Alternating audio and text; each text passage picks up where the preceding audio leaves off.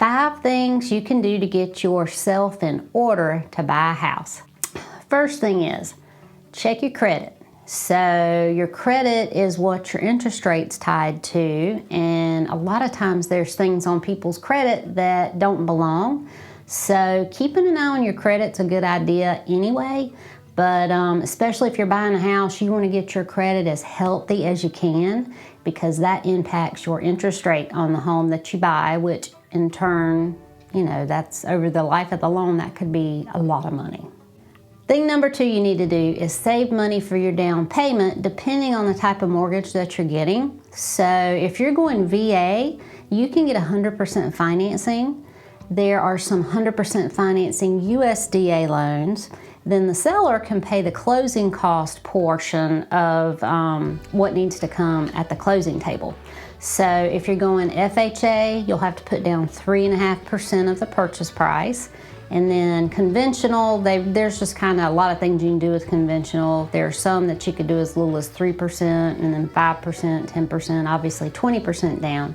So unless you're a veteran or you're going USDA, can you get away with no money down? Number 3.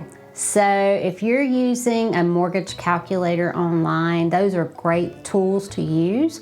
So if you're plugging in your purchase price and then how much you're putting down for your down payment, you get a principal and interest number. Then you have to make sure you're taking into account your taxes and your insurance, which are normally in your mortgage if you're not putting 20% down. They don't require you to escrow if you're putting more than 20% down, because they think you've got good enough sense to save money up and pay it if you're putting 20% down. So if you're not, however, there's another thing that gets calculated into your mortgage payment that you might not know, which is MIP or PMI, the mortgage insurance premium. And basically that's where you're paying an insurance policy for the lender that you'll make your mortgage payment. So that's why it's always best, and it saves you a lot more money if you put down 20%. Number 4, you need to get pre-approved by a lender. So there are a couple of terms that you'll hear: pre-qualify, pre-approval.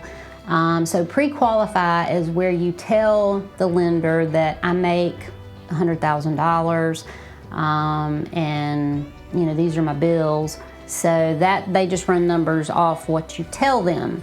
Pre-approval is after you give them your taxes, your pay stubs, bank statements, that type thing. They look through it and then they go, okay, we can justify what you told us, you're pre-approved.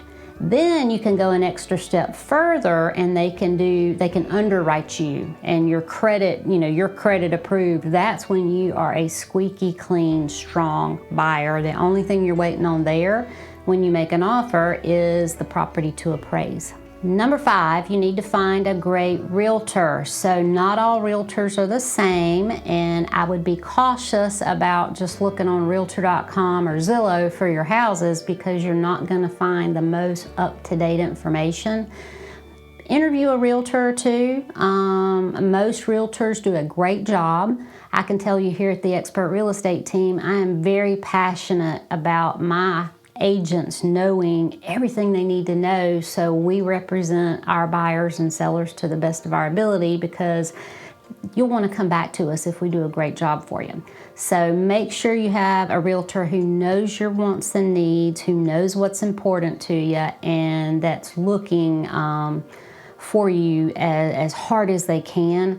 A new statistic that I heard the other day is that a buyer right now has a 68% chance of working with an agent who has sold no homes to 2 homes.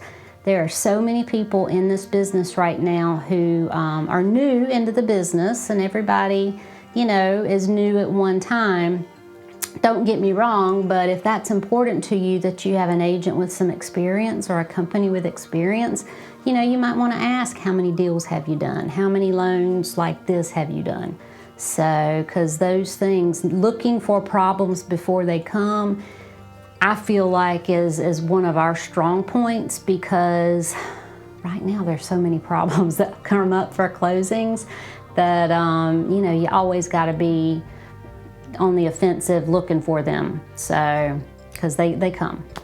So another little misnomer when finding a realtor is you just go straight to the builder, and you can, but you don't have somebody that's looking out for you and that's your advocate in the process. So a lot of times when you go to a subdivision, they say you've got to use their lender, their attorney. And they do fine jobs, don't get me wrong, but there are other things we can do as agents to help you, and it doesn't cost you any more because the builder ends up paying us. But if you want someone to be there for you, one case in point is you can have let's say you're building a house from the ground up. I mean, you can hire someone to come in and put eyes on that home throughout the process as construction's going on, because we all know that, if people can cut corners, they're going to cut corners. So, and this is going to be your home for a long time. And even if it's not, if there's an error that's made now, it could cost you later when you go to sell the home and the new buyer that's, making an offer on your house finds something that didn't happen when you bought it. So there's a lot of good things that agents can do to help make sure that you don't end up with a problem later. Bonus number 6, earnest money. So a lot of times if you're a first-time home buyer, you might not realize that you need earnest money. Earnest money lets the seller know that you're serious about buying their home, that you have skin in the game if something were to happen. So normally if there were to be a problem, generally the buyer gets the earnest money back. But if you got down to the day before closing and just said, I had a bad dream, I'm not going to buy this house, they would probably keep your earnest money. But in most cases, everything goes fine. But the earnest money goes towards the purchase price and lets the seller know that you're serious about buying their home. Give us a call at 895-9791 or click the link below. We hope to hear from you soon. Thank you, and subscribe to our YouTube channel.